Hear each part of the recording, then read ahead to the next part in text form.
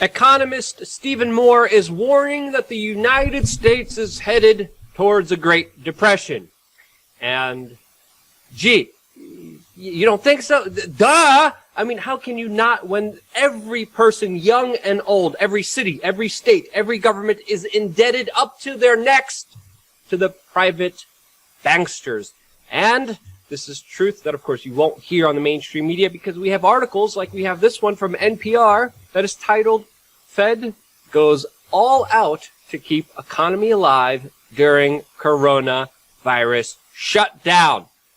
Yeah, that's interesting how they highlighted the biggest robbery and transfer of wealth from you to the 0.01%. USA Today had another headline, quote, an unsung hero of the coronavirus crisis, the Federal Reserve. And now this big Ponzi scheme, this big game of debt, slavery, control, well, it's something that even vulture organizations like the IMF are looking at and saying, whoa, that's a great Ponzi scheme that they got going on there. We should implement it too. With the latest news from Bloomberg that the IMF is mulling a Fed-like program to supply dollars to more economies. I mean, you got to be kidding me. There's a reason we're going to title this video something like IMF Global Takeover. Tim Picciott, the Liberty Advisor, you're here. This is your expertise. What do you make of this latest announcement by the IMF? Well, thanks, Luke, and that was probably one of the closer pronunciations of my name you've done, so Picciott. I'm glad that after your break we were able to get a little bit better pronunciation. But yeah, so the first article goes on with Stephen Moore. So I believe he's of the Heritage Foundation, but he's saying at some point very soon we're going to have to make some real decisions about what kind of calamity we are causing through the lockdown of our economy. I'm not saying we should be inattentive to the public health concern, but at some point we have to worry about what we're doing to our society and what kind of economy we're going to have after this is all over. Moore, who advised President Trump on the economy, told hosts, blah, blah, blah, blah. If we go much past May 1, we are facing a potential Great Depression. So funny how that's May Day. And so I mean, it goes on to say that the unemployment could get as high as 23%. And it was as high as 24.9% during 1933 during the Great Depression. Now, the other thing I do want to point out, though, is that during the Depression, they were counting unemployment rates a lot differently than they do count that today. It's also important here that the Fed goes all out to keep the economy alive during the coronavirus shutdown. And the Federal Reserve is doing everything they can to keep financial markets functioning and credit available to households and firms, said former Fed Chair Janet Yellen during a forum organized by the Brookings Institution, which is a very big socialist think tank for anyone that knows. I mean, let's take a look at what the Fed's balance sheet has done. So this is from our friend John Sneisen of the economictruth.org's website. And we are approaching $6 trillion from the Fed's balance sheet, which not too long ago was sitting at around like $3.78 trillion. And so we have a little bet going that I think by the end of the month it's going to reach $7.35 trillion. John thinks we're going to be reaching $8 trillion, and who knows? I mean, it's just, anyone knows anyone can take a guess at where things are going. But, getting back to the IMF, let's see what the IMF actually is. So the IMF, they were mandated to oversee the international monetary and financial system and monitor the economic and financial policies of its member countries. This activity is known as surveillance, and because we're in a big prison planet here, and facilitates international cooperation. Since the demise of Bretton Woods' system of fixed exchange in the early 70s, surveillance has evolved largely by way of changes in procedures rather than through adoption of new obligations. The responsibility changed from those of guardian to those of overseer of members' policies. And then, as we go on down here, the IMF, and this is important, conditionality is a set of policies or conditions that the IMF requires in exchange for financial resources. So you have to give up resources as a country, and then they will lend you money, just like, basically the loan sharks that they are.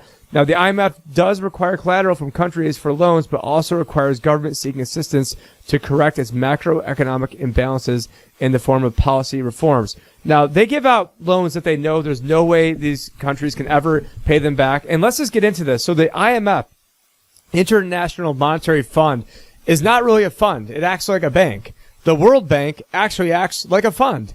And then the Federal Reserve isn't federal, and it's not reserving anything. So then you got None of the words mean anything. Like, what does conservative mean? What does liberal mean? The Freedom Act, the Patriot Act. I mean, it's all just an illusion just to convince you of your own slavery. Sorry, go ahead.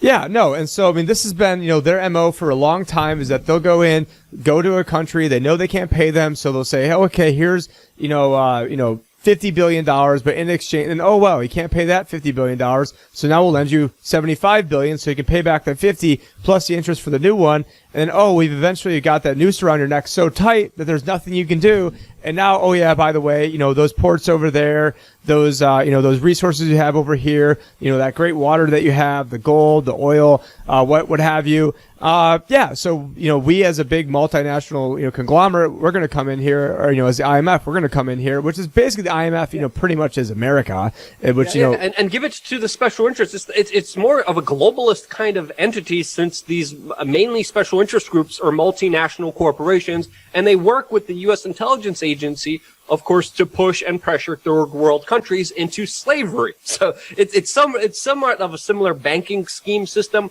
And just like I pointed out in the beginning, if you look at the system under play now, a lot of these bankers, they don't provide anything. They use money to make money, but there's no service. There's no manufacturing. Meanwhile, the people who are providing services, manufacturing, are just getting indebted, enslaved, and screwed over by these central controllers and planners who are just like getting excited over the possibility of another crisis that they're going to benefit off of. And if you look at the people who are benefiting, it's the same organizations, hedge fund groups like Citadel, where the former Federal Reserve chairman goes for a nice cushy advisory spot. That's the type of organizations that profit off of each other, because again, there's a revolving door around the banksters and around the government. And at the end of the day, that revolving door, you don't realize it, but it's kicking you right in the gonads and taking anything of value and wealth from you. So this is another big Ponzi scheme. So it doesn't surprise me that the IMF during this time is saying, hey, we want our give-me's. Give me. We're going to create a Federal Reserve of the world, which is pretty much a more slavery in debt system of the world, as if they're not already doing it in their way to the third world. But now they want the entire world, which is pretty eye-opening, but not surprising. Yeah, and let's speak to where this is eventually going. So the IMF also have its own unit of account or currency, so to speak. And so that currency, if we look here on the screen, it's called the SDR. For some reason, they abbreviate XDR, which I don't know.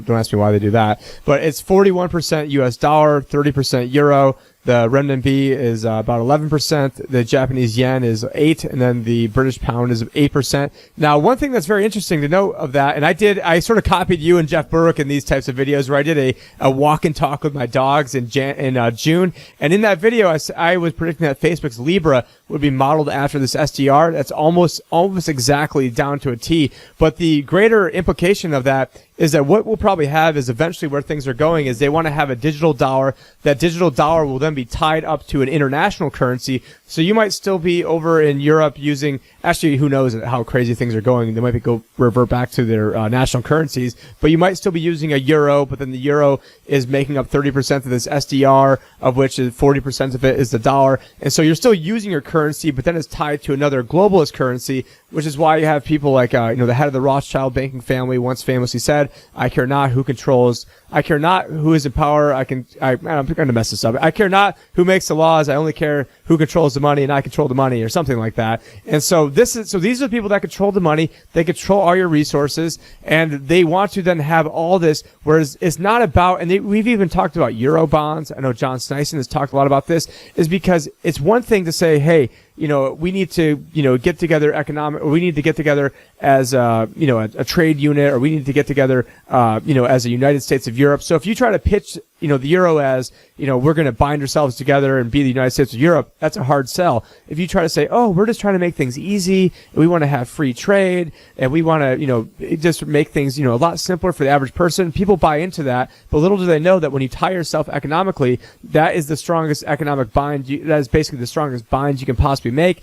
And so now what you also see is people are begging for the government to come in, begging for somebody to help them. And so that's why you have the creator of the Federal Reserve System, Paul Warburg, back in the day, he is modeled after Daddy Warbucks in the play Annie. And so he is the guy that said, we shall have a one world government. It's only a matter of through consent or conquest. This is through consent of getting people to beg for this, for this. But as we're taking a look on the screen, the IMF mulls Fed-like programs to supply dollars to more economies. So here we go. The International Monetary Fund may launch a new program to help address the global shortage of dollars, providing a backup to the Federal Reserve's campaign to keep greenbacks flowing around the world economy. This initiative has the support of the U.S. Treasury and may be launched within weeks, according to people familiar with the matter. The U.S. is the world's largest shareholder. Yeah, so the IMF does have shareholders, just like the Federal Reserve has shareholders, except those are private banks and individuals. The IMF is next week scheduled to hold virtual meetings of members at a time when more than 90 countries have already asked for its assistance in shielding their economies from the coronavirus and global recession. One of those countries is Myanmar, and so this article goes on to say that Myanmar basically needs some assistance, and so be careful. I mean, so you're basically, when you're making a deal with the IMF, you're making a deal with the devil.